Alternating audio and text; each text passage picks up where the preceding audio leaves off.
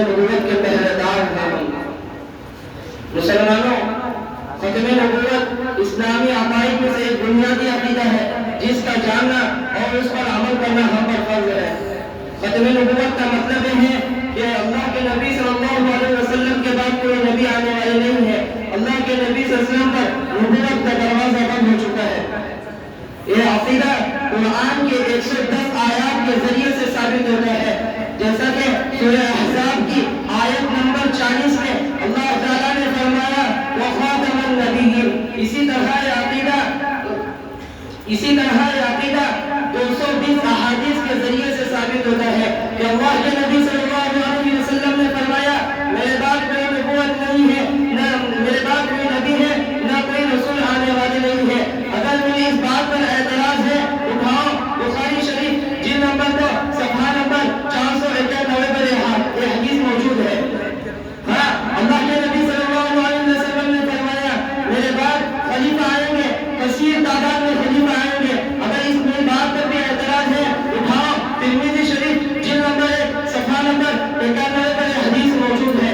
ہاں، اللہ کے نبی صلی اللہ علیہ وسلم نے فرمایا وَأَنَّهُ لَا نُبُوَّةَ بَعْدِي، میرے بعد نبوت کا سلسلہ ختم ہو چکا ہے۔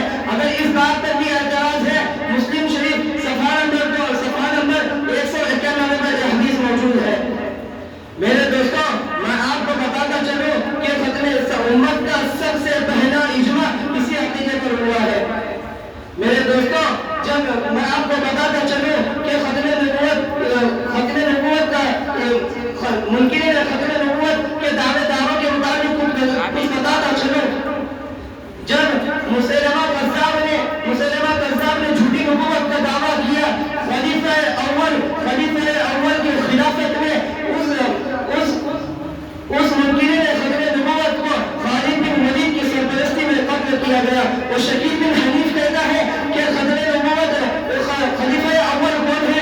ارے پتہ نہیں خلیفہ اول کون ہے؟ وہ قاضی کہتے ہیں کہ پہلا مددگار اور پہلا صحابی نبی نے جسے ہے قدم پر دعا دی، وہ افضل بشر و بعد انبیاء ہے، وہ جانے صداقت و جانے وفا ہے، فرشتے اسی کی عطاؤں پہ عاشق، اسی کی نمازوں دعاؤں پہ عاشق، نبیوں سے کمتر اماموں سے اعلیٰ کون؟ محمد سے ہر دم وفا کرنے والا، بشر کی شرافت کا معیار ٹھہرا، صداقت کا اونچا مینار ٹھہرا، وہ چلتا ہوا اقتدار حرم تھا، وہ سارے کا سارا تو قرآن جیسا، خدا کا تھا ایک ایک فرمان جیسا، خدا اس سے راضی ہوا خدا پر، کہے اس سے آمین اس کی دعا پر، وہی کانیت لگا ہے مخاطب، اسی کے لیے ہے بڑے سب مراتب، جھکاتے تھے نظریں عمر اس کے آگے، کھڑے ہو کے شام سحر اس کے آگے، وہ کتنا بڑا ہے خدا جانتا ہے، وہ کیسے بڑا ہے خدا جانتا ہے۔ اور شکیل بن حنیف کو یہ بھی پتا نہیں ہے خلیفہ اول کون ہے، اس تعریف کے ذریعے سے بھی پتا نہیں ہے کہ سن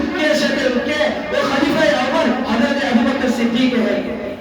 میرے دوستوں، اسی طرح جب امام ابو حنیفہ کے زمانے میں منکرین نے جب ایک نے دعویٰ کیا ختم نبوت کا دعویٰ کیا تو امام ابو حنیفہ نے فوراً فتویٰ دیا کہ جو اس کی بات کو مانے گا، جو اس کے عقیدے پر عمل کرے گا وہ کافر ہو جائے گا۔